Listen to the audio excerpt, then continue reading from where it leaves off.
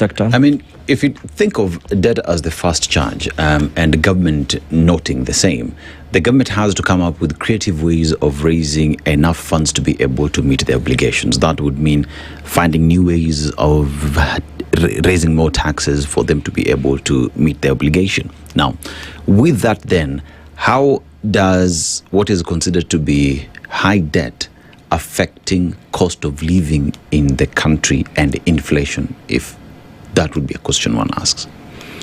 The nexus between the high debt and inflation in the country. Inflation and cost of living. And cost of living. So something that you mentioned as I come to your question around the ability of the government sort of to pivot away from borrowing the debt and also raising the revenues here. You can see by and large, if you look at it, if you look at the numbers for the current financial year, that the intention was for the authorities to be able to raise taxes, or rather to generate taxes based on the targets that were there.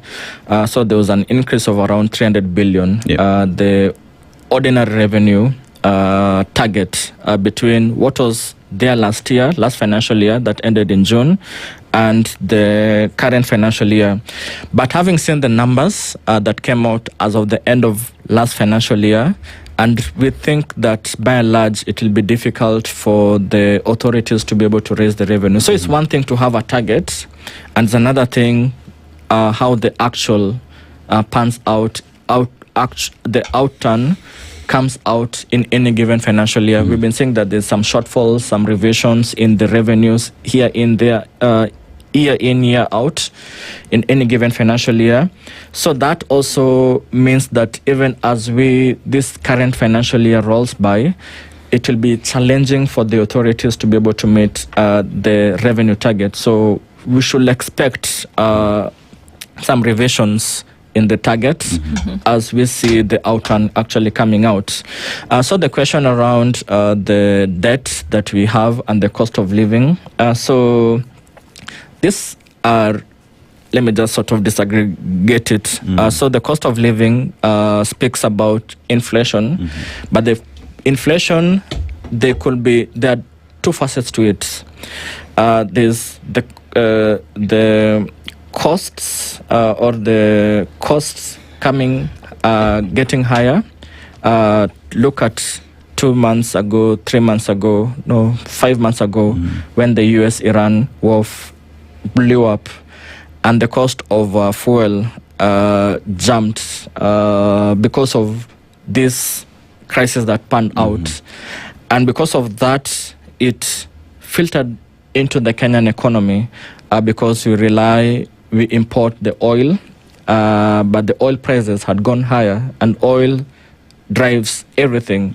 So because of that, you find that there's a cost of living crisis that has to be tackled, but which was coming from external factors. This is a cost issue. On the other side, we could see that some of the inflationary components are demand factors, whereby Dennis and Do, they have some higher disposable income this year vis-a-vis how it was last year. I hope that's the truth. I really hope. And then because of that, and because of that, so there's this demand of commodities, buying commodities, and then the prices of those commodities goes higher because of demand.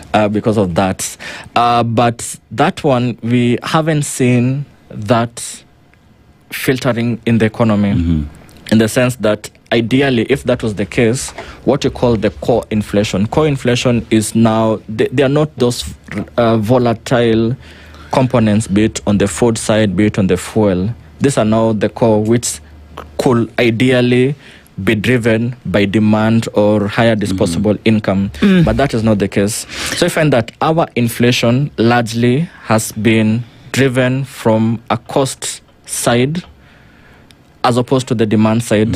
And because of that, we've seen that even the government coming in to address those issues, the halving of the VAT, because VAT is also an input on the eventual pump price, reduced it from 16% to 8%. So that is a reduction in terms of the revenue that the government is getting.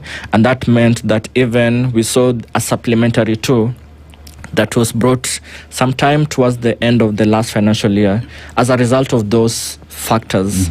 So because of that, you find that even there were some revisions in the borrowing, because this crisis has happened, US-Iran war has flared up, and because of that, now they had to address the situation. So they reduced the VAT on fuel. Initially, it was for 3 months, and now has been extended for another 3 months till October. And remember, we are getting into an electioneering period. So we're already there. We're already there. Yeah. So it means that even the odds of that being lifted, I don't think it might be lifted.